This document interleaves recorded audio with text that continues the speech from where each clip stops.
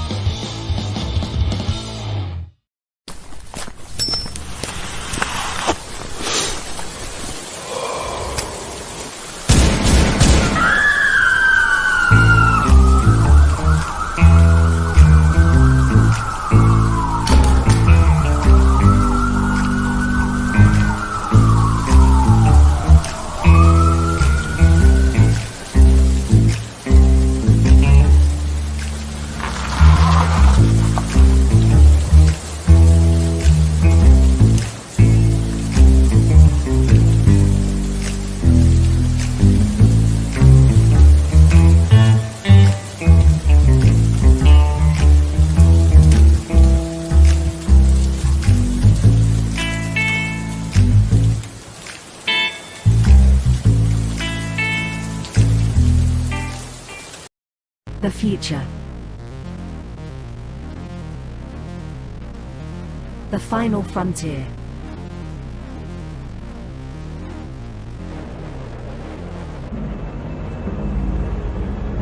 It has never been so uncertain as now.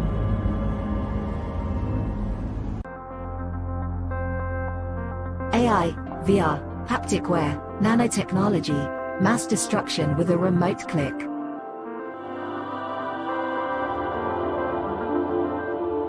Now we are finally seeing the true potential and dangers of an ever-connected and overly policed hyper-technological world. Have we finally become the architect of our own demise?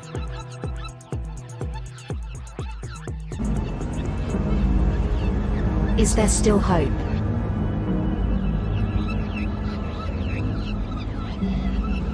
Welcome to the future.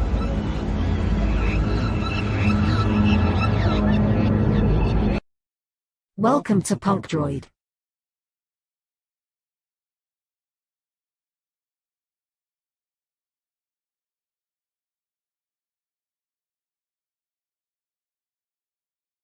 And a little teaser about part 2. Who am I, you ask? I was created in the middle of nowhere, surrounded by the waste of a dying world. Ooh, doesn't that look good?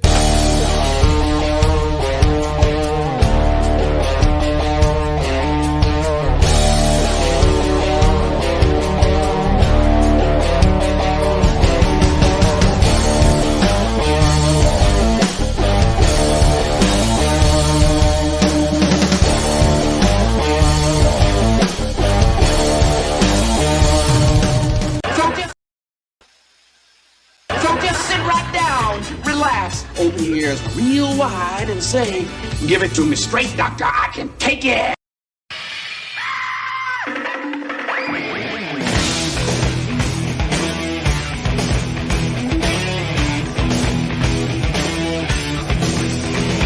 Kick the chops out from under the wheels. Flaps up. No offense, Margaret. Contact. We're off. Rum, rum. Doctor, doctor, give me the news. I got a bad case of loving you.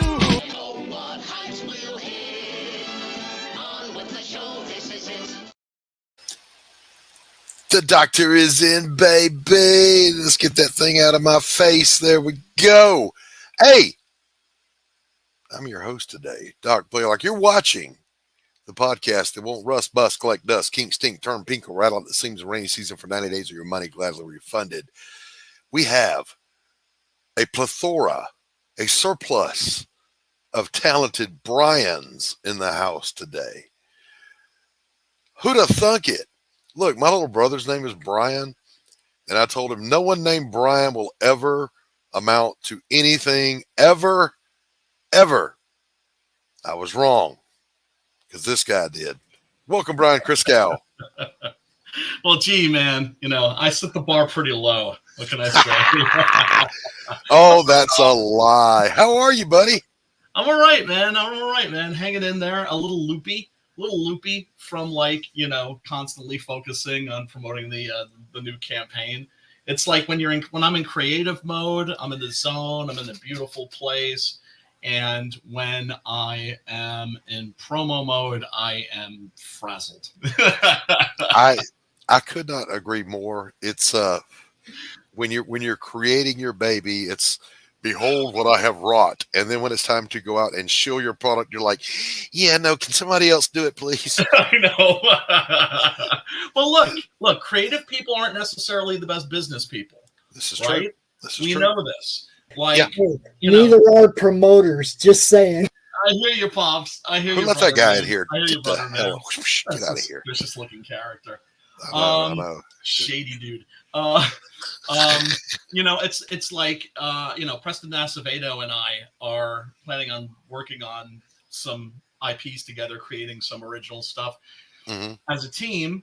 And he's like, here's the deal though. And he's telling this to me like he's breaking it to me gently, right? He's like, I'm gonna handle the business side. And I'm just like, duh, yeah. Let me explain my response to that. Don't you threaten me with a good time. You're not scaring me one little bit. You're not scaring me one bit. Yeah, I'm blessed to have someone handling, all I got to do is make the product. So you've made a product, Brian. Now, I made a couple. Yeah, man. Let me back up for those that might not know. Why don't you give people a little 411 about what you've been up to for the last, I don't know, decade or so? Yeah, I've been doing a book called Six Gun Gorilla, Long Days of Vengeance. And it's been now I think a 12-year journey, which just blows my mind. And anybody that's out there, I mean, you know how we roll, right? When we have people that are coming in the door after us and they're kind of like, you know what? I used to have this dream of doing a comic book. I'm thinking about maybe doing it now, right? Or even if you have people that are just like, have never even dreamt of it, but now they're thinking of it. Regardless, they get the thanks, Pops. We roll out the red carpet for them and kind of, let them know, teach them with our successes, but especially our blunders. And yes, Lord. you watching right now, if you are going to make a comic book, don't start with a fucking 10 issue arc. Okay, don't do 10 issues. Do like a done in one, or maybe 3 to 4 issue limited series or something. Don't create like this big epic that's going to take you over a decade to finish. Otherwise, worry that. well, otherwise you'll end up like Brian here. Brian is only 18 years old, and look at him. Look at what happens when you start one of these long ones. You know. I know. It takes a little something out of you, man. It takes a little something. I'm only 23 myself. Hey, man, look, people think I'm in my 40s, and I'm just like, okay. I don't correct them. That's okay. I moisturize. That's my secret. Six Gun Gorilla has been an unmitigated success critically. It succeeded in its funding goals across the board. Nothing but rave reviews. Oh my God. It is a fantastic looking project. So bring us the story to date without spoilers, and we'll look at where you're at today. All right. Well, basically it is a revenge Western with a gorilla. It is Tarzan in reverse. That is to say, I consider myself a pulp writer, first and foremost, right? And I love Edgar Rice Burroughs and Robert E. Howard and all those cats, right? Yeah. And I'm a huge Tarzan fan. And I grew up very much being a fan of Westerns as well. And also of primates. As a boy, I was obsessed with primates, specifically great apes, specifically gorillas. And I think that King Kong and Mighty Joe Young had something to do with that. The originals, of course. I saw those when I was a kid, and they just blew my mind. I watch them today, and they still blow my mind. Especially the original King Kong is just astounding, an astounding piece of cinema. It is the story of instead of a human that's raised by apes in the jungle, it's an ape that is raised by humans in the Old West. And of course, in order to get him there, I had to kill his troop. That is to say, that's the name of the gorilla families, the tribes, right? And so the story begins in Africa, where a great white hunter type has massacred an entire a clan of gorillas, and his native guides, they're chopping up the bodies for bushmeat and for trophies, and they turn a dead female over and they find a living infant gorilla clinging to her breast.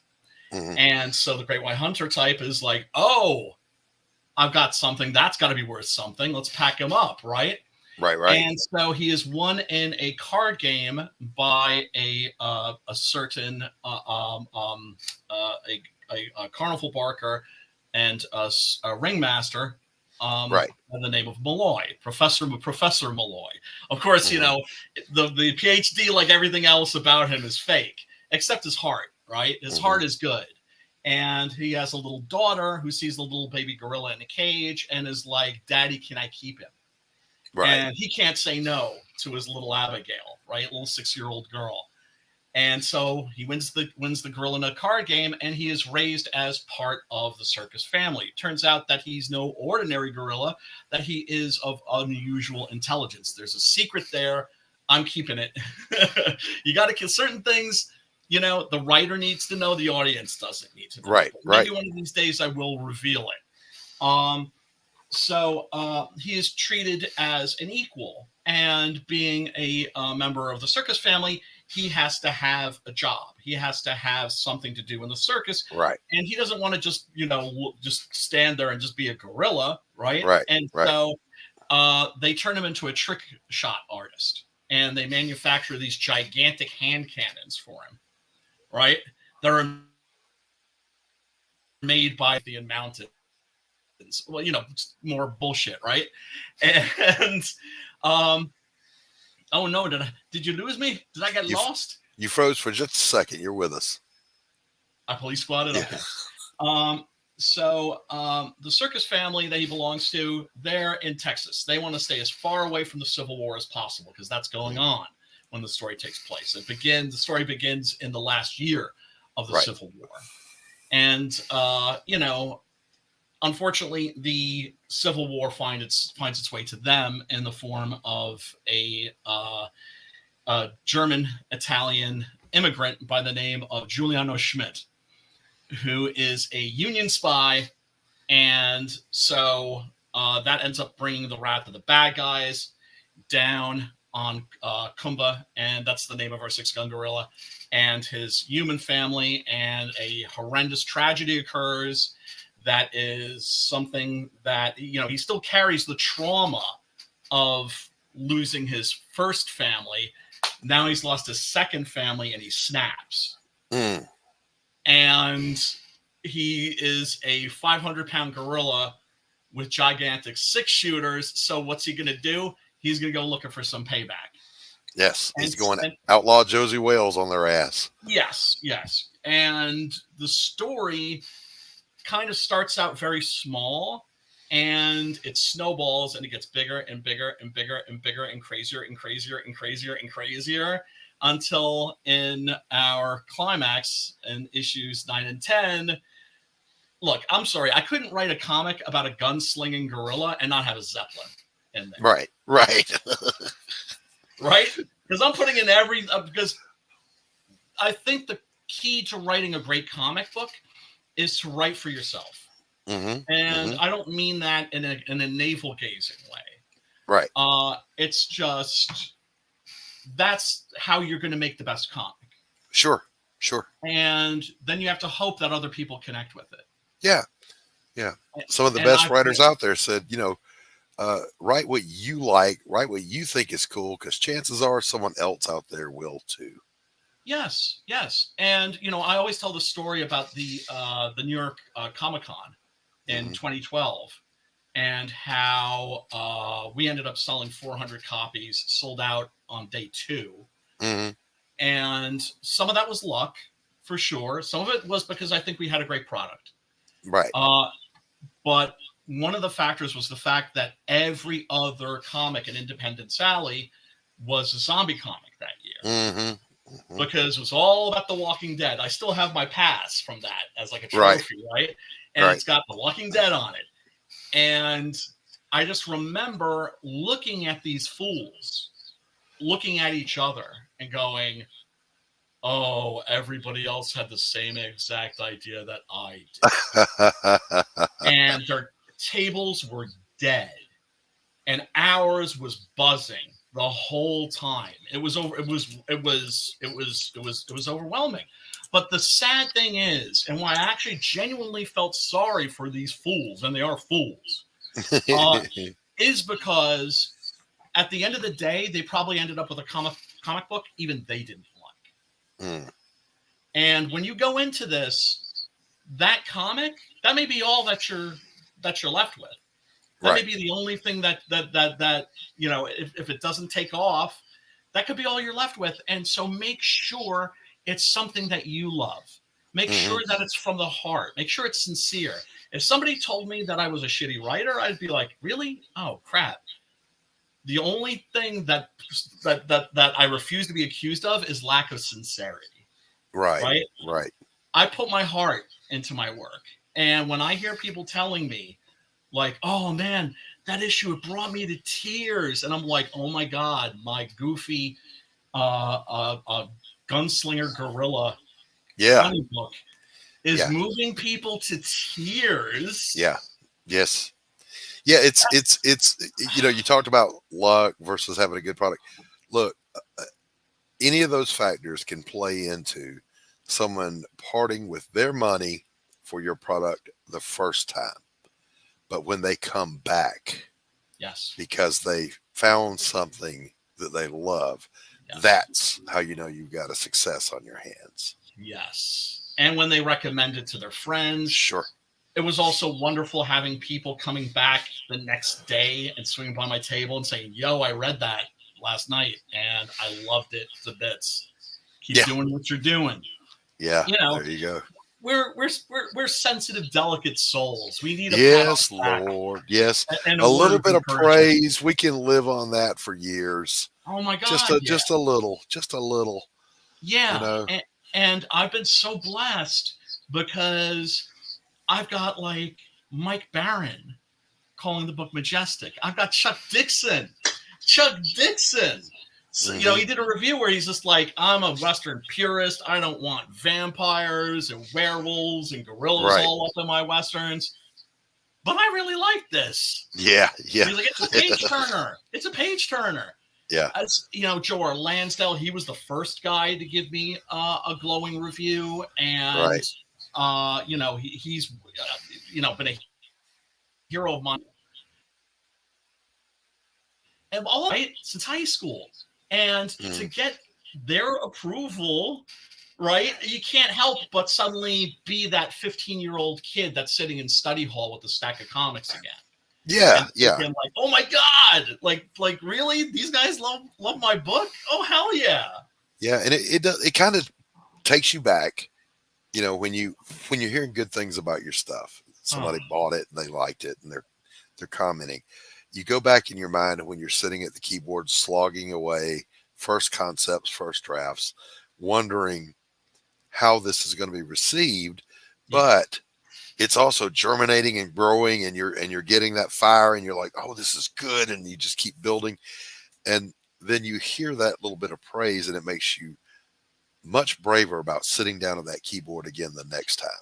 It does, because what it told me was that I was on the right track.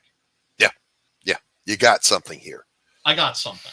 And as an act of faith, you know, it's funny because, you know, I sent Preston the scripts for issues 9 and 10 and discovered that, oh my God, like these are a mess. Why are they a mess? It's because I wrote them 10 years ago. Because I sat down and I wrote all 10 issues. And that was an act of faith. I was like, damn it, I'm going to write all 10 issues. Why? Right. Because all 10 issues are getting made. Yes. And so now, of course, you know, the scripts are from 10 years ago. I hope I'm a much better wrter now. Sure. So that I go over them and clean them up and change this and that and everything. Yeah.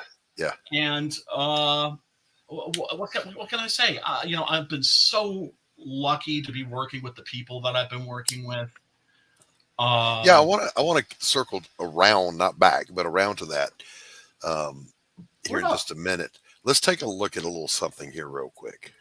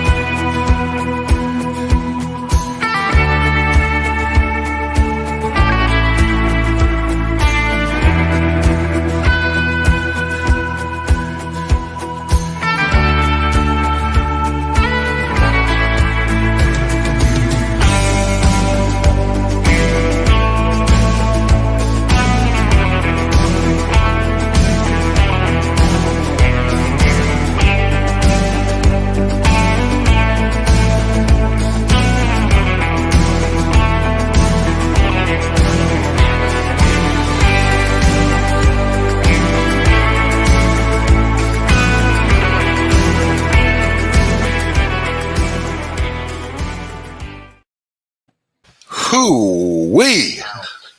See, when your own trailer gives you the chills. Well, I mean, you know, my friend Von Klaus made that for me and did a beautiful job. That's the second trailer because, you know what, I was always showing the first trailer, which was fantastic, but that was, you know, all art by the previous artist, Adrian Sibar, who unfortunately passed away. Right. And, you know, like I always say, that's going to make that every victory going forward is always going to be a little bittersweet because Adrian's not here to enjoy it. Sure. Now you had a lot of good art on your team. Oh my God. All the way through this process. So let's talk about people who have brought the visuals to life. Let's talk about those guys for a minute. Oh my God. Yeah. You know, Adrian was a guy that I found online. He had worked on Star Wars for Dark Horse and also Planet of the Apes for Dark Horse and Batgirl for DC. He did something with Joe Casey called Bang Tango. And, you know, I put out an ad and was like, this is what I can afford for a page rate, right? Which unfortunately wasn't that much, right? But to let people know, like, this is what I can afford. This is what you're signing up for, right? Because I don't believe in back-end deal bullshit. Although, you know, I am very far from being a selfish kind of a guy. So, you know, if stuff did end up working out great, you know, maybe kick him a few extra snaps, right? Yeah. For doing such a great job.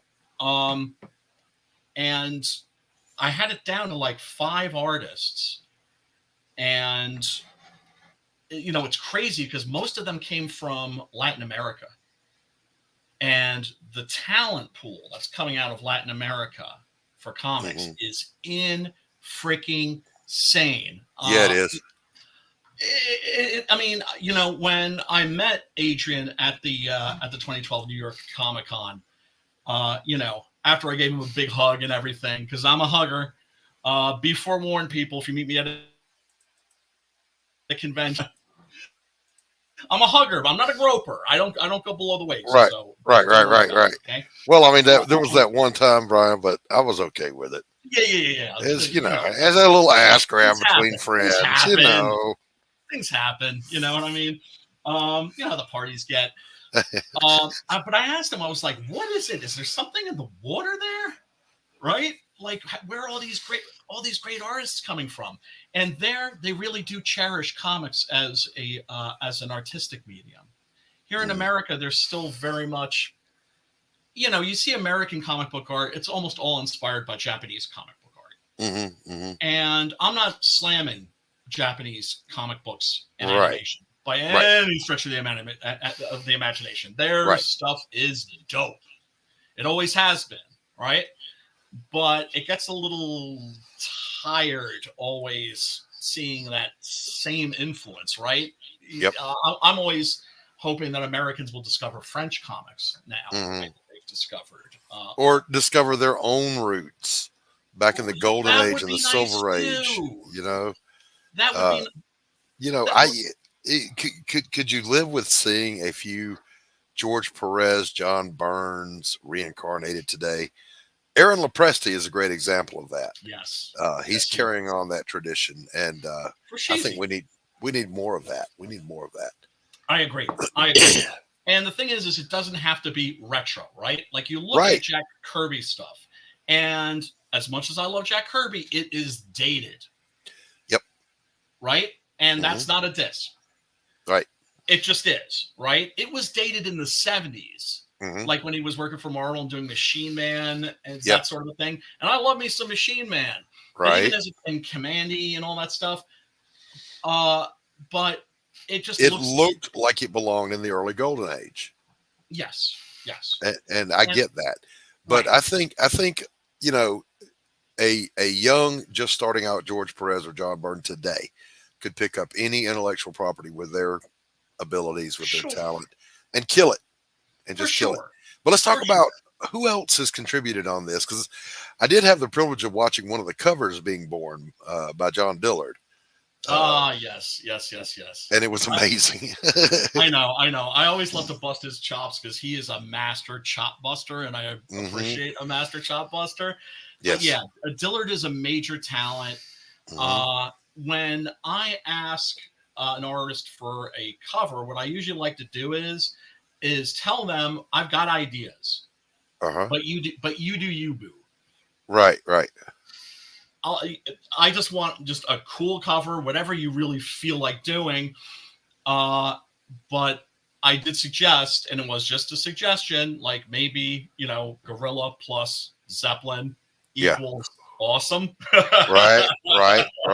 Because the thing is, all through this series, the Zeppelin was like, a surprise that I was just waiting on to spring on people. And it appears in issue 8. And so now the cat's out of the bag. You can go crazy with like the Zeppelin covers. Sure. And he gave me this absolutely beautiful cover. It's being sold now as an exclusive, as a FundMyComic.com exclusive for the Volume 2 trade paperback. Nice. And I'm also probably going to include that as a print as well, because this is the current. What a great poster that would make, Brian. Come on. Right? What a great poster. I want that on my wall. I know. I was watching him make that thing. And it's not that the others aren't amazing, because they are. They are. But I was watching this one being born. We were backstage hanging out, and he's working on it. Yeah. And I got such a vibe from all those old pulp movies. The Rocketeer, the climax of the movie, The Rocketeer. All of that was just, I was like, dude, I need this hanging on my wall back here. I know. I need that. Too. I know. So, yeah. So maybe, I don't know, maybe get with Dark Gift about making it one of these satin posters that never tear. Ooh. They last forever. Those are kind of bitching cool. Yeah. Yeah. And believe me, I would buy one from you. But anyway, you got John Dillard, and who else has contributed on this thing artistically with the Preston Acevedo, of course, has done the interiors. The cover for issue number 10 is by my good friend Simon Poitier. I'm a big fan of the Italian westerns in particular. Although I love, obviously, the John Ford movies, the Howard Hawks, right? I love there's great westerns since there's been westerns. Yes. But I have a little bit of a special affection for the spaghettis. Yes. And I have a folder that's full of files, pictures of spaghetti western posters, which back in the day weren't photoshopped pieces of crap like they are nowadays. They were these beautiful paintings. Yes, they were. And so they were amazing. I mean, incredible, right? Yeah. And so I showed him the one from Day of Anger with Lee Van Cleef and Giuliano Jama. And he was like, "Shit, of it." Yeah. Right? Where Lee Van Cleef is like, looks like this giant that's looming over the town with guns blazing and bodies are dropping in the street. And he did an absolutely beautiful cover for me. Yeah. Matt Slay also did a really beautiful piece. That's going to be offered at some point as a variant cover, because I was going to do it just as a print. Nice. But I think it needs to be a variant cover as well. I'm not a big guy with the variant covers. Right. I know you're not, but still, when you've got this embarrassment of riches, yes, it's exactly a crime not to put it out there. It's got to happen. It's got to. I know. And Matt made this beautiful, beautiful, beautiful piece. And I'm like, well, I'll make it like, the cover of issue 10. And I thought, no, I think maybe the Sim cover would be better for issue 10. And so I made it as a print, but I think it also needs to be on a book. Listen, you got to listen, Brian. So as soon as you're done here, you hit up Anthony Romano, talk to him about getting some of these satins done. They're 24 by 36. They're movie posters, but they don't tear. They'll last forever. Right. Get with him. Get some of those made, man. Hey, do me a favor, Brian, as we're talking. Pull up your campaign and share your screen with me. You got it. Because I've only got the one working monitor at the moment. And I can't navigate back and forth. No worries, Boomer. No worries, Boomer. Yeah, shut up. Hey, man, look, I'd be lost without my millennial friends. Yeah, right? Yeah. My wife is my tech genius. If she can't figure it out, it can't be figured out. I was going to tell you while you're doing that. I have a friend of mine whose mother worked for TBS, for Ted Turner. and was working for him when he bought all those back catalogs of those old movies. And in the headquarters building for Turner Broadcasting was this huge archive of the original movie posters, every one of them they could get their hands on. And I'm talking about, I saw the original movie poster for Casablanca. I saw the original movie poster for Gone with the Wind. I've seen just all of these great ones. And of course, you couldn't touch them, but Of course. I was just blown away by the artistry on these things. They're beautiful, right? They are. They are. Yup. Because in Midtown Comics, this is a total non sequitur. In Midtown Comics in Manhattan, there's a poster, and it is huge, right? Landscape style, right? For Bride of Frankenstein. Oh. And it's got Karloff with Elsa Lanchester. And, she's got I think a bridal veil, and she's got the, the bouquet of flowers, and he's dipping her. Right? That thing's worth $1 million. Easily $1 million. Wow. Easily. And they ain't selling it. No doubt. Right? Because that thing's just sitting there, and it's magnifique. It's so beautiful. If I had a few mil to spare, Brian. Oh yeah. If I had a few mil to spare, go ahead and share that link with me, or share your screen, and we'll take a quick look through this campaign. Things just are loaded. My interwebs is slow. You're letting your hair grow out, Brian. A little bit. You may be thinking about considering a skullet, maybe. No. Every time I have thought about doing that, as soon as it gets to that stage where right here it starts sticking up a little bit, I'm like, I can't stand it. I know. I am due. Trust me. Yeah. I am overdue. I was actually just thinking about that today. Yeah, it's getting a little bit of an ape drape back there. A little bit of okay. I did decide to grow the beard back out a little bit. So the wife said, your face is less interesting without the beard. So I didn't know how to take that, so I thought I better grow the beard back. Dude. They're the ones that have to look at us. That's right. That's why I've always been, with bless their heart. I'm just well, do you want my hair long? Do you want it short? You want the beard? You don't want because they have to look at us. Yeah, right? Correct. And I just look baby-faced without the beard. I always have. And it's just some guys need beards. Yes. All right. Stashes very rarely, you know what I mean? Somebody like Sam Elliott or a David Niven, gotta have the stash. Yeah. All right, so we're at 19 backers, $886, already 177% funded. Not to sound like a recent debater. Oh boy, wasn't that fun. But here we can kind of take a nice look through. We've already talked about the art teams and the art, so let's talk about the tiers over here on the right. All right. Well, first up is the Volume 2 graphic novel / trade paperback. Right. Beautiful cover here by, of course, my man, Preston Acevedo. Yep. Always delivers just absolutely astonishing work. It's funny because there's two Prestons for me. There's Preston, my friend, and then there's Preston Acevedo, the artist. Right. And Preston, my friend, is just boy. And then there's the artist, and it's in awe of. Yes. Right? I'm just I know this guy. Actual hell. I get to work with this guy. Yeah.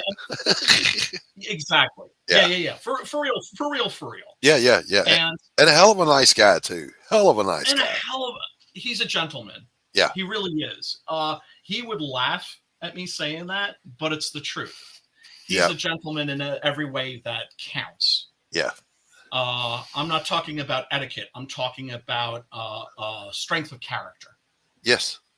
And delivers what he promises.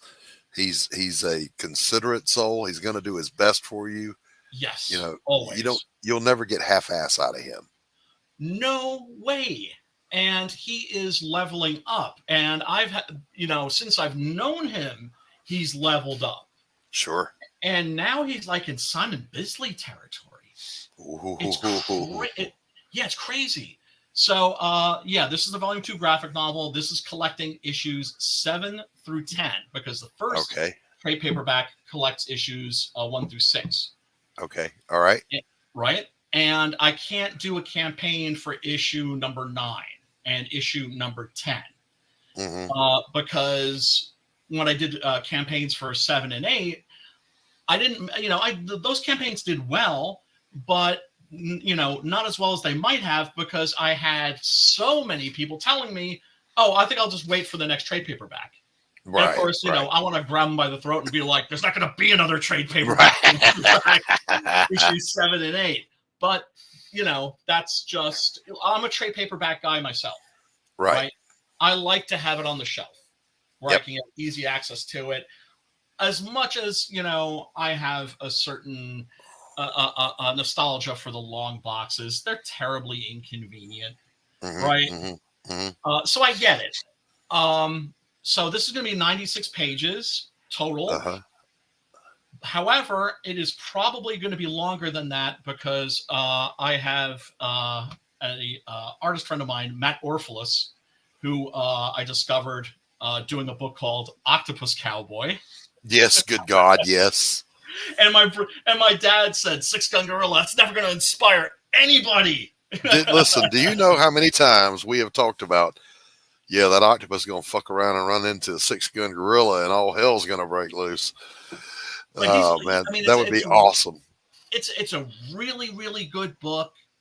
Boy, that guy could draw the hell out of a gorilla, too. Yeah. And so... 6-Gun Gorilla at the end, like this is the end of the Long Days of Vengeance arc, and 6-Gun Gorilla will return, but he's going to return as part of an ensemble because I'm creating the expanded 6-Gun Gorilla universe. There you go. Expanded, full of Weird West characters like Sam Hain, the Blazing Szechuan Kid, Sledge Strode, the Phantom Vaquero. And one of them is a character called the Dandy, who is a very, as his name would indicate, a very well-dressed, slightly effeminate, guy who is a bounty hunter in the Old West and is a absolute stone killer. Don't let his appearance fool you, which it often does. And he uses that to his advantage. And so I wrote an origin story for him that Matt is illustrating right now. That's going to be about 14 pages. And I was thinking about adding that as a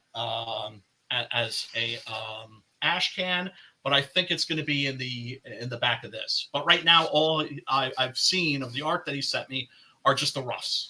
So I don't have any art to show, so I'm not really advertising it. But odds are you're not going to get a 96-page book. You're going to get at least like 100 and something. Sure.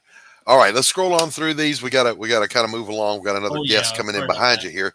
So at $45, we've got the graphic novels 1 and 2. So that's both of that's collecting everything through issue 6, correct? Yes. The first issue, the first trade paperback is 1 through 6. Second trade paperback 7 through 10. And so if you order both of these, I knock $5 off the price and you get the full 6-Gun Gorilla Long Days of Vengeance saga. Nice. Okay. All right. And then of $20. Course, yes. This is issues 9 and issues 10, the floppies. Okay. Some people have, I always offer a floppy tier, and some people prefer the trade paperbacks, and some people prefer the floppies. Some people like to have both. Right. I'm not going to turn them down, right? You want to give your customers and your backers as many options as possible. Right. And so if you've been following the series up to now, yes, you can get both 9 and 10 for $20. Very then nice. We got the trade paperback, volume 2 trade paperback with the exclusive cover by our boy John Dillard. Right. Very nice. Very nice. and that is a Fund My Comic exclusive. Right. I am running an active Indiegogo campaign for this now, but all you can get there are the trade paperbacks. You want the cool stuff, you want the fly stuff, Fund My Comic. Nice.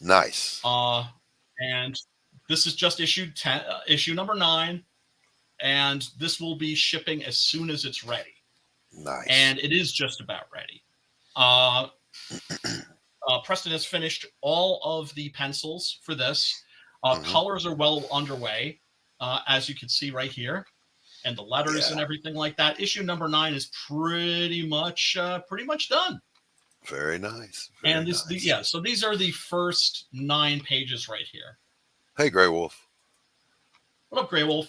Looking good, man. As always. I mean, I don't expect anything less than just a great looking product and a great read out of you, Brian. I mean, thanks, Brian Christgau does not deliver garbage, boys and girls. He delivers.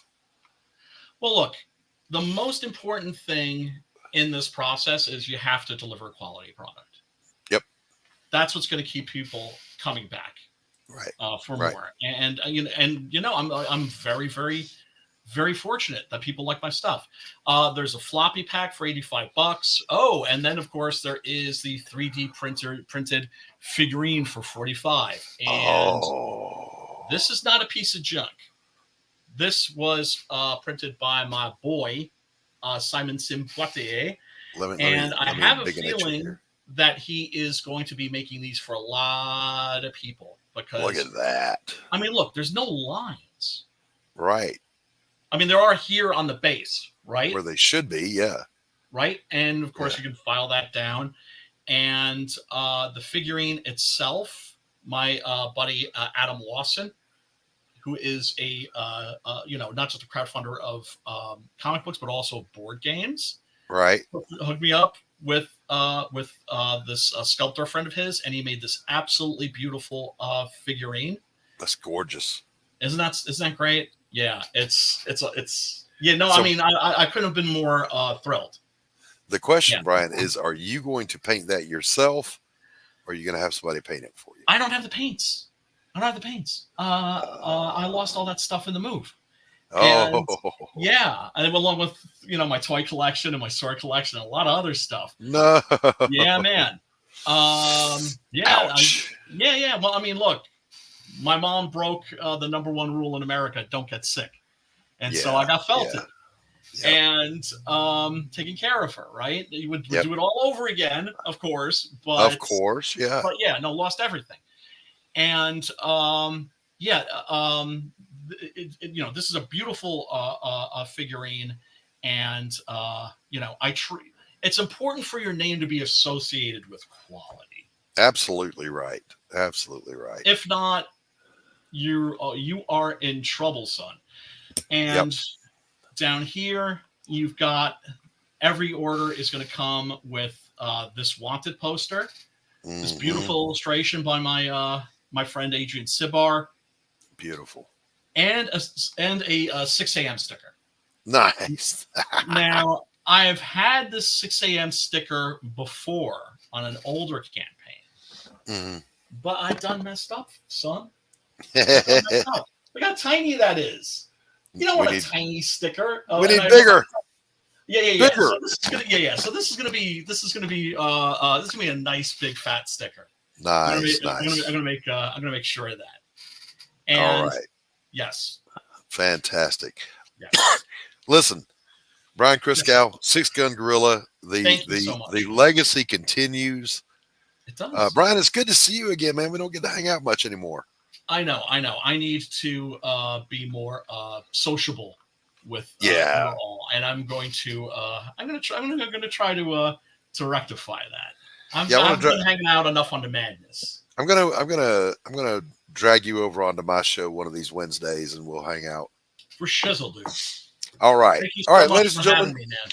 Oh man, you know the deal. Anytime. All right, boys and girls. Christgau, if you want to hang out for our next guest, you're welcome to do so. I know you're busy. If you need to bounce, you can bounce.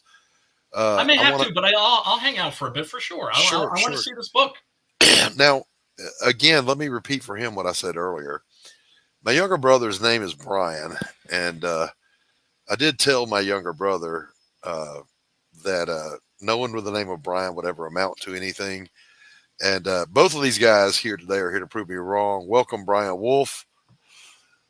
You're muted, brother. Unmute yourself. What up, Herr Wolf? Yeah. There we are. Of course. Herr Wolf, welcome. So, Christgau, Wolf, Christgau. Hello. A pleasure to meet you, sir. Pleasure to meet you. Your What a book good, looks great. what a good name that is, Wolf Christgau. Well, I was always mad at my parents for not giving me like a really ethnic German name, like Wolfgang. Wolfgang Christgau. Yeah, let's poor, but whatever.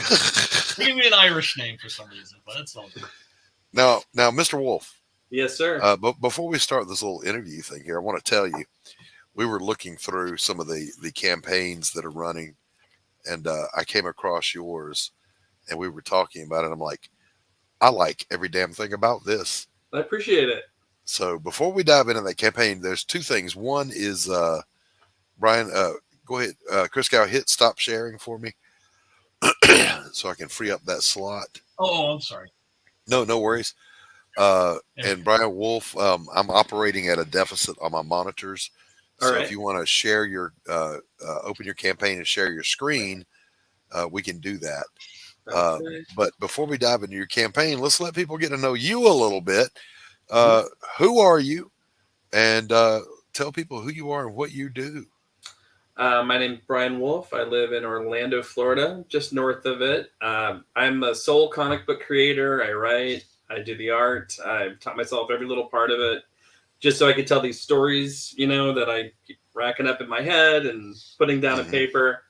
I've been writing for a number of years. I was a playwright once upon a time, and I taught myself to draw because comics was the only way I could find a medium that I didn't really need to collaborate to get my stories done.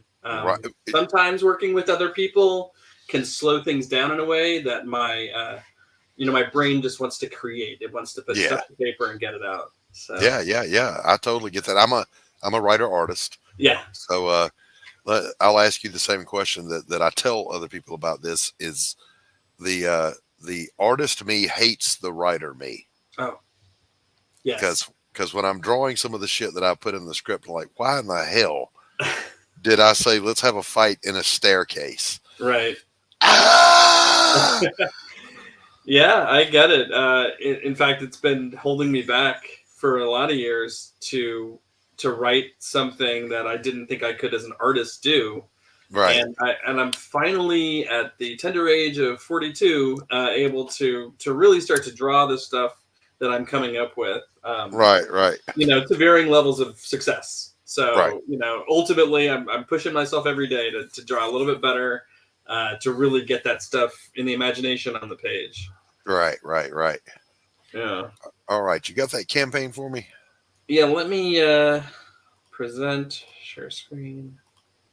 Yeah. You only have to tell it to share your screen 6 times before it shares it.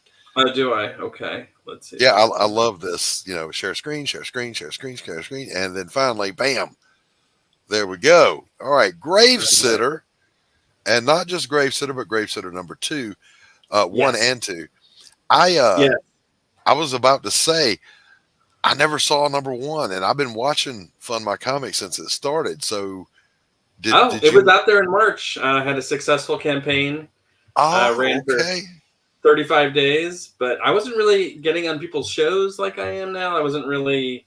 It was a lot of just people I knew, I think, and now I'm really just trying to get it out there, branching it out. Yeah. To everybody else. Yeah. Now, tell everyone the premise of Grave Sitter, and then, but before you do, I want to say this art style. We were just talking right before you popped in the back about a little surplus of the Japanese influence going on right now with most artists, and that we really need people that have that aesthetic that came from like the Silver Age with George Perez and John Byrne. Neil Adams, and here you are. Yeah, very, very lovely traditional style, wonderful inks. I like everything about what I'm seeing in your art, my friend. It looks great. Yeah, I appreciate it. I think like Neil Adams, Art Adams, Yeah, they're my yeah. guys. Uh-huh. Neil Adams borrowed a pencil from me once. It was a highlight of my life. Nice. Yeah. So Gravesitter's it's really about that time in your life when you're in an artistic endeavor. Your friends are getting older and pulling away from you, the people you used to do this stuff with. And my main character, she's a rock star, but in a very small way. And, her night job is this kind of unusual job, where she is in the most haunted graveyard in Los Angeles. And in that job, she's supposed to keep the dead in their graves. Her friends throw a party for her as she turns 27, a great year for rock stars. Yeah, boy, the 27 Club. And that night, it just happens to be they throw it at her place of work. So and then this is a night when cultists sort of do their thing. Here's a cultist member here. Yeah. And start raising all the dead and serving up people on a platter. And it's a series that takes place over this one night. As it sort of gets deeper and more crazy. Yeah, I'll get down there in a minute. Love this art. Yeah, I appreciate it. Is this not what we were just saying, Christgau? This is exactly what we were just talking about. Yeah. Yeah, so Gravesitter 2, yeah, this is and I love that you're playing with the 27 Club. My son is an epic guitar player. And of course he's 33 now, but he was like back in the day, he goes, Daddy, I'm gonna be in the 27 Club. I just know it. I'm like, no, you're not. No, you're not. I didn't know that was a thing. The 27 Club. Yeah. A lot of famous musicians have kicked it at 27. Yeah. Oh, okay. Randy Rhoads, right. Jimi Hendrix, Janis Joplin. That's right. A lot of them. Yeah. And it's and really, and that's just a part of it. I mean, to me, it's really about it's like a slice of life thing for me, but with zombies and vampires and mummies and banshees, and it just goes crazy from there. So each issue is kind of goes deeper into not only her relationship with her friends, but also into this mystery that's unfolding over the night. Okay, so I have questions. Yes. Okay. Does she like, because she's working at this one cemetery, even though it's large, it's haunted, does she like know these zombies or ghosts by name? She has a binder that her uncle, who was the previous caretaker and is her boss essentially, has kind of put together for her, and that's what she works off of. Just imagine any job 9 to 5 where you just have to clock in. That's her job. Yeah. So she's putting out fires. Now, are these when they come out of the graves, are they zombies or ghosts? Some are, mostly it's the undead. I do later on sort of play with more like ethereal things, but as it starts, it's zombies, it's ghouls, it's And is it bonk? Get back in your grave. You're supposed to be dead. Some things you have to deal with different ways. So I gave her this weapon, I was inspired I was just drawing one day and I kind of drew this shovel and I was like, it could be kind of an axe and then it could be kind of a thing. And that's sort of like the aesthetic of it. Right. Yeah. And I was inspired by this Italian horror film called Cemetery Man. Della Morte. Yes. Yes, that's the one. Yes. Where this guy has this unusual job, where the dead just come back in this graveyard, and then just sort of my wish to write a story about, people that I know in like a music scene and kind of what that life is like, and they put it all together. That's awesome. That is truly awesome. What a great idea. What fun it is. Walk folks through the campaign here and show them what they can get. Yes. So I don't offer a ton of stuff the way some people do, but I do believe I've got great rewards. So yeah, he'll start here. So obviously we all have our PDF. I've got my bundle with the first and the second. And then you could buy the physical Number 2, you can bundle the number 2, which is some people have been doing here, as you can see. All right, so wait, buying number 2, $10. Yeah. And how many pages is the book? It's 22 pages for both books, but they both have a backup story, and I'll get to the backup story in a second. Okay, all right. Yeah, so you could buy you can see there's a price break, right? So it goes 10, then you could, for basically $8 each, you can get the second one. Right. Then you can even throw in, I got little stickers here. You can see, got a little anime inspired one, original cover, and here's a guy that he's focused in my backup story. I'll show you that in a second. You get your bundle with the stickers. Okay, now I am selling original art pages for it. I've had a few people in the last book took me up on it. I might need to add those images I'm looking at now, but let's see. And then further down here, now this was a popular one, this cameo. So I'll draw you in to the book. Nice. In the first book, they were all victims. So, I basically drew you in a Halloween costume. People sent me a picture of their Halloween costume. Some people had ideas of how they wanted to get murdered. Right. I did my best. I had 10 people that time. Oh, dude. That's a lot. It was intense. What is it about drawing tears? People love to get murdered. Yeah. Yeah. Not just murdered, but very specific requests. Yes. Like spectacular fashion. Yeah. Can you lower a blender over my head really slowly? So for this second one, I'm offering not just to be murdered, but to come back and be an undead as well. Right. So I actually have people returning that were murdered in the first one. They're coming back, and they're going to be zombies further on in this backup story that I'm writing. I had 3 pages. I'll have 3 pages here again. It should continue throughout the book. And I did have this exclusive poster. It is now no longer exclusive. I mean, nobody can get it anymore, but I had a few backers for that. Nice. And that is, so those are my rewards. I'm blessed that I've already reached my campaign goal. Fantastic. At this point, at this point, I'm just trying to cast it out as far as it'll go. I'm trying to get to conventions. I'm kind of just starting my comic journey, even though I've kind of been in and out of it for the last 20 years. I'm really just kind of now starting it in earnest.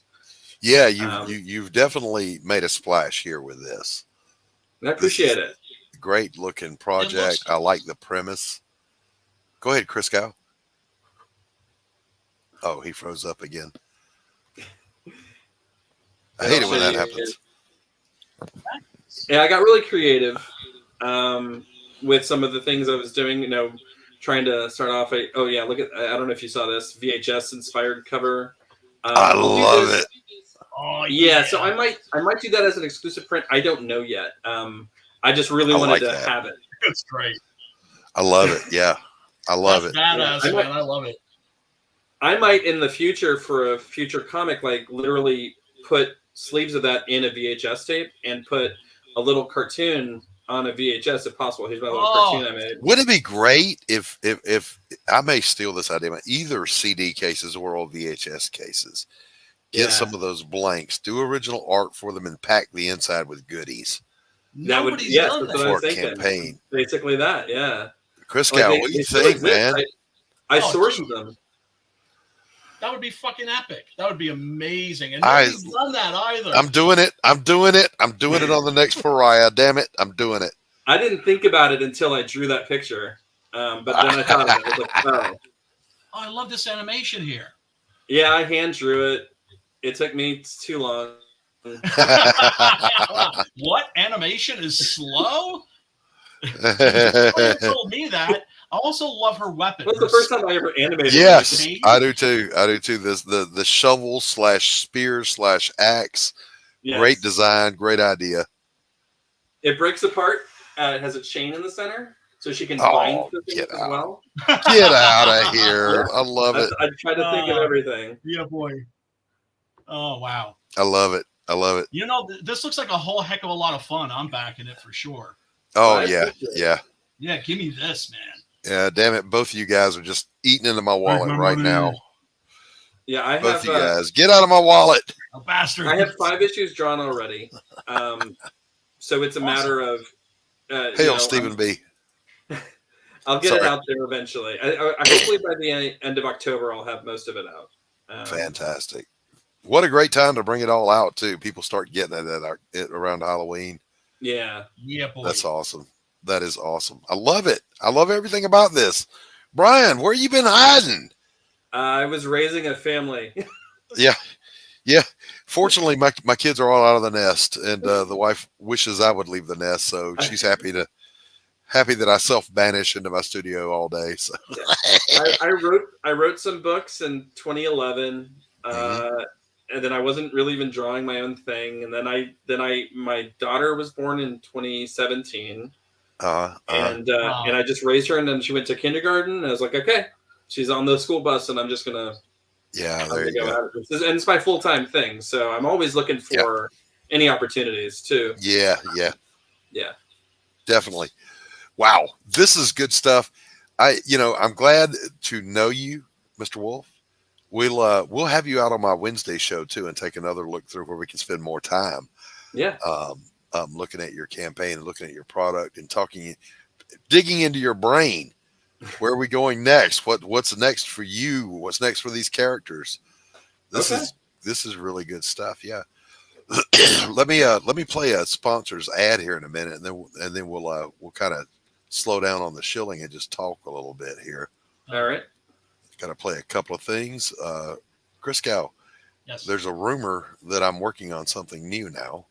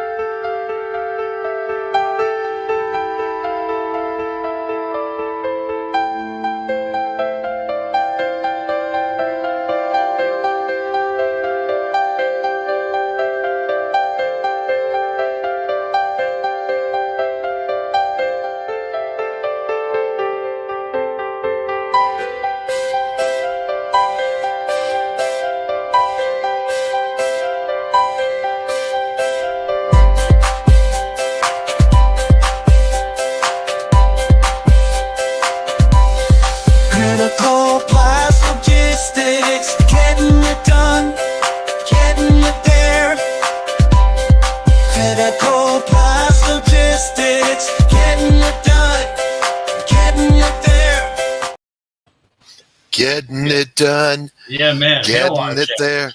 Hail RJ. Listen.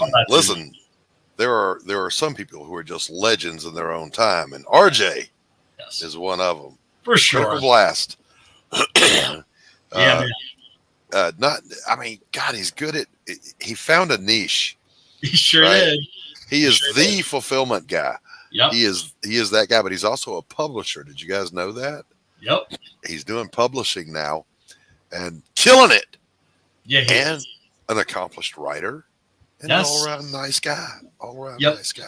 Yep. Another pulp guy. He wrote a couple of the Destroyer novels, I believe, right? I think so. Logan's, yeah. I was going to tell you, Brian Christgau. Yes, sir. I can't just say Brian. Obviously. I did because no Brian will ever amount to anything.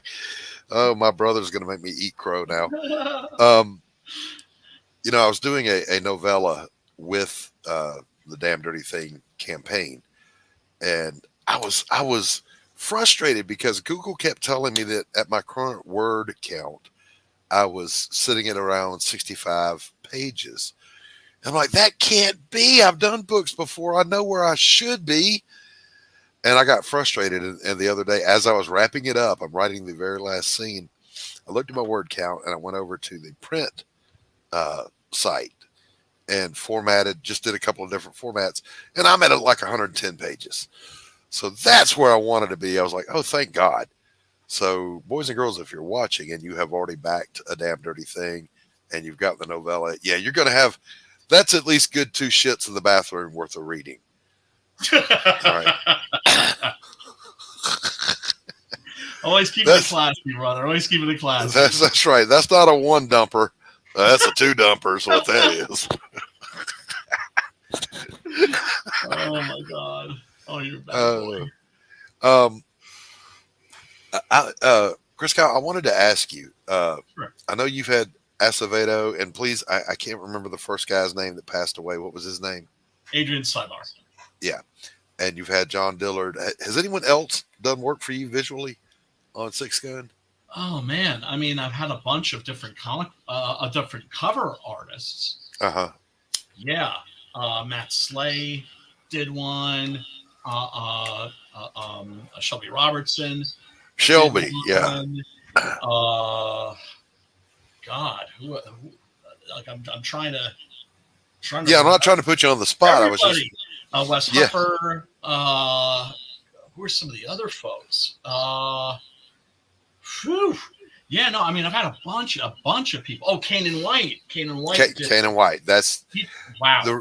The reason I ask is, we're as we're all 3 creators sitting here talking. Pops is a promoter and he does a good show and he does a good interview. But I'm a fellow creator, so all those questions go around in my head.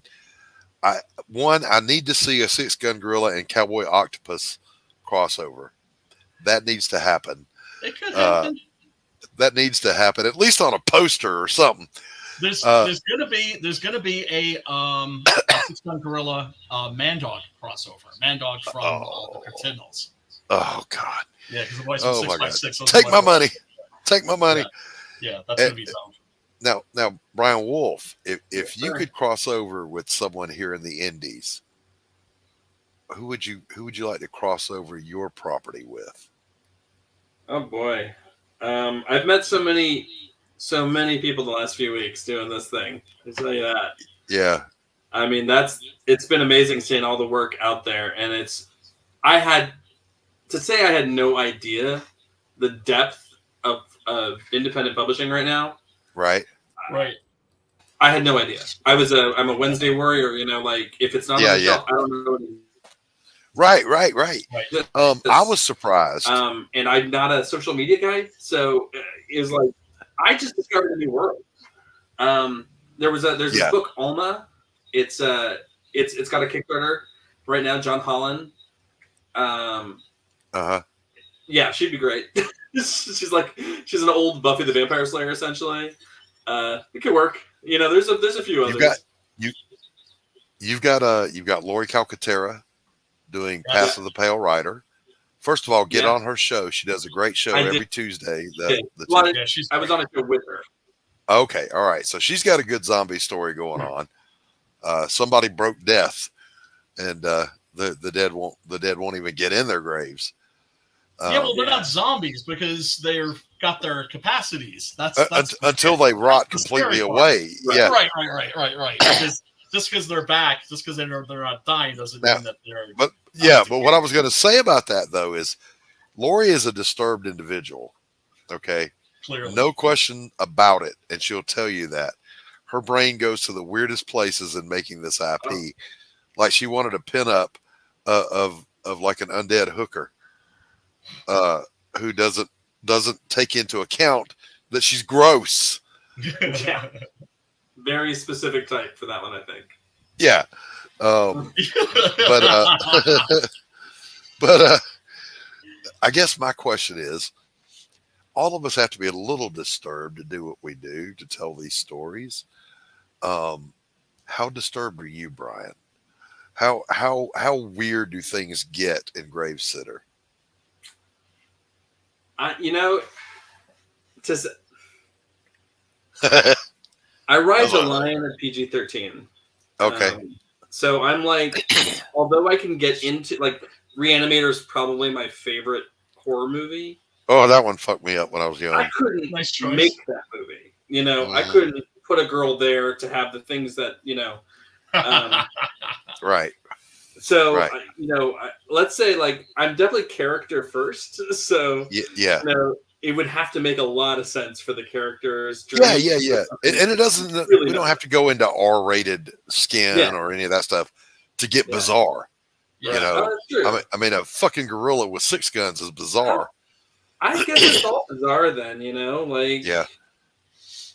I don't know. I don't know what's bizarre to me is not bizarre to somebody else. Yeah. In my head, Brian, when I first saw your project before I knew you were coming on the show here today, I was like, I wonder, does she have one that just won't stay in that grave but doesn't really want to get up to mischief, so that she just comes and hangs out with Gravesitter on her lunch break? Yeah, that does not happen in the story. We're all mindless beasts. I think Hellboy is one of my favorite books. It's the way that he approaches his job. Yeah. That's the way he approaches her job. Yeah. Right. Yeah. Yep. Right. It's a working stiff. Yeah, that's how it would be. So like, you after the first few days, you're just like, whatever. You've seen it all, Now, you said though that she kind of inherited the job from who's her boss now, her uncle. Yeah. Are we going to have a little flashback into his world or any of his adventures? I do have flashbacks. His sort of story does get revealed, and it's interesting. And I don't want to give anything away. But okay, yeah, no spoilers. No spoilers. Think Mike from Breaking Bad. Yeah, and that's the character. Oh, I love it. He looks like him too. Okay, all right, So, all right. That's like I was like that's who I could see doing this job for real. Is that competency? Yeah. And sort of gruff demeanor. Yeah. I just had somebody commission me to design a character that was based on that guy's look for their book. Guy called the Director. He's like, it was Rex, Rex Christian, Momentum Comics. He wanted a character that's kind of the Nick Fury of his world, but based kind of on how Mike looked in Breaking Bad. I'm like, yeah, I can do that easy. What a face. Yeah, that face, man. Come on. We'll put some glasses on him, And, that guy's a great face. You as artists, we kind of we're careful about falling in the same face sickness. There was a thing back in the Silver Age, I'm sure you guys remember. If you changed the hair on Captain America and Superman, they were the same guy. Yeah. Same face. It doesn't help that How to Draw Marvel Comics the Marvel Way, the Buscema book. Yeah. Yes. He teaches you, he says, all right, this is how you draw a man. Mm-hmm. And this is how you draw a man. And it's always the same man and it's always the same woman. Yep. And, but in a way, so like there are certain artists who can get away with it. It's totally, totally fine. Yeah. Because like quietly, like he'll draw it all the same kind of, like it's sort of stock man, stock woman, stock man. But it's it's always interesting because he's really taking his time to get like very specific features from every panel to every panel. So much consistency. Yep. It doesn't really matter if it's the same man because the costumes are different. Yeah. But like non-superhero books, that's where it gets hard. You have to get different faces involved. Yeah. My books and my work rely a lot on emotional context and the interpersonal interactions between the characters. So yeah, you might have 3 or 4 headshots on a page, and each of them though has to carry some weight to what they're saying, and it can't be just a standard. Oh, here's a pretty girl face. Yeah.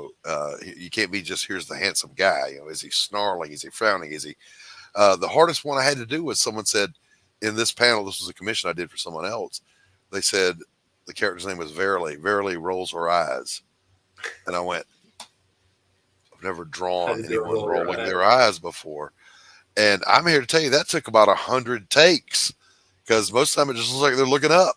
But to get the whole face of an eye roll. Yeah, you kind of need to get that tilt and then the tilt of the head. Yeah. The eyes. So you got to be almost done with it so you understand what it is. Now, I will say this about Silver Age guys. Well, they had to draw fast. They had to draw so many pages.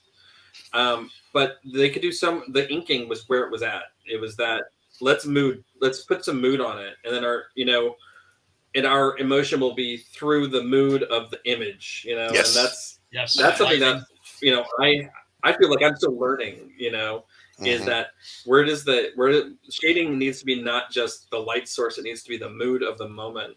Yes. Yes. When Kuba is holding his dead keeper, Christgau. Yeah. That one drawing, the emotion on that face. It's a fucking gorilla face. And there was so much emotion in it. I was like, oh my God, man. He knocked it out of the ballpark with that. Oh, man. Yeah. Super lucky. Well, I mean, it can be difficult for some artists to do emotional nuance, right? Right. And then so much comes down to lighting, angles. You look at Dr. Doom, for instance. Perfect. And who's wearing a mask that doesn't move. Yeah. So it's all about how you're lighting it, the angle, to convey the emotion. Yes. Same thing with V for Vendetta. Same thing with Vader. Yes. These Iron Man.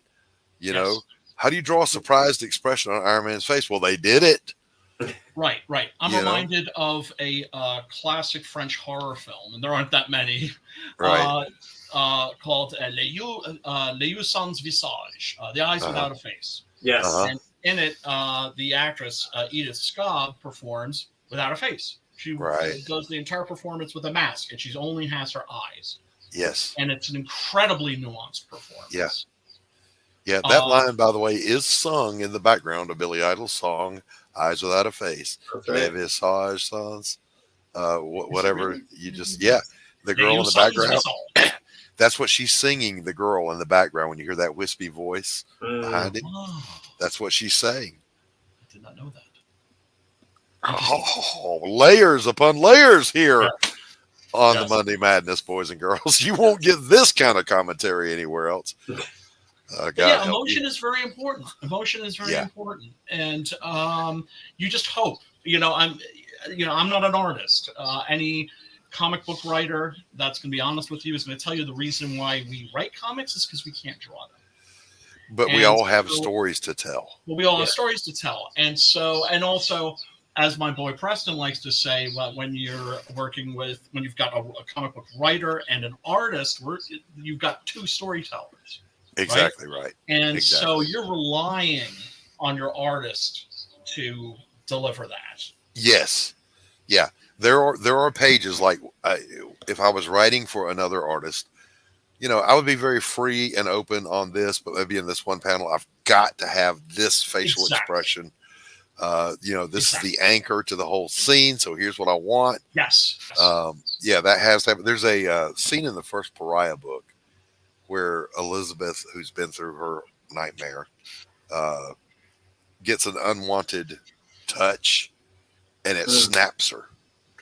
And so I had to have that look on her face of how fucking dare you put your hands on me, disgust and anger all in one. Probably took me the better part of 2 weeks to draw that one face shot and get it just right. Because it's the anchor really of the whole damn book. Book 2 doesn't happen if she doesn't have this moment. Right. So I've got to make that happen in that one face. And thank God I think I did. But if I hadn't, I swear I would have farmed just that one panel out. I came close. I got this on my wall, right? From my boy Preston. Hold on. And this was an incredibly important moment. Now, anger is a really easy emotion to convey for actors, right? But this wasn't just anger. This was like, I'm going to fucking kill you. Yes. This is outraged anger. Well, I mean, just like, I am going to tear you limb from limb. Yeah. And Koepp is not that kind of a guy. Yeah, exactly. But he has, but he has that in him. And then I also after that needed a shot of him looking just sorrowful, right? Where suddenly anger just drains out of him, and he's not pissed off anymore. He just feels a sense of loss and the senselessness, that bereavement. Violence, yeah, right? yeah, and Preston delivered that. Yeah. So Preston is good, by the way, on faces and emotional content. He's good at it. He's good at it. Fantastic. Dillard is really good at it too. Oh my God! I mean, some of his buckler stuff. Yeah, but don't say that too many times. He's already got a big head. Oh yeah, no, that's right. Yeah, I'm sorry. Yeah, Dillard. You suck, Dillard. Screw you, Dillard. Yeah, man. Love you, bro. Crayon drawings. Gave him good money to make me a cover. It's like he gave it to his daughter, and she's made it. No, we don't go that far now. Come on. So once again, Brian, your campaign is over on the Kickstarter. Brian Wolf is over on Kickstarter. That's Gravesitter. If you haven't yet, get over there and give it a look. Mr. Christgau is running both on Indiegogo and Fund My Comic with an exclusive John Dillard cover on Fund My Comic for Six Gun Gorilla issue number.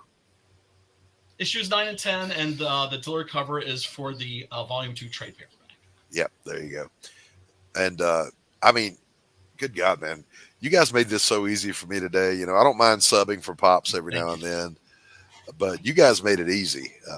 Great guests, great creators, great projects, worthy of your money and your time, and at least share them out to somebody. So with that, it is time at long last to say goodbye. So peace out, everybody. Look, I don't mean to be rude, but I'm tired of talking to you.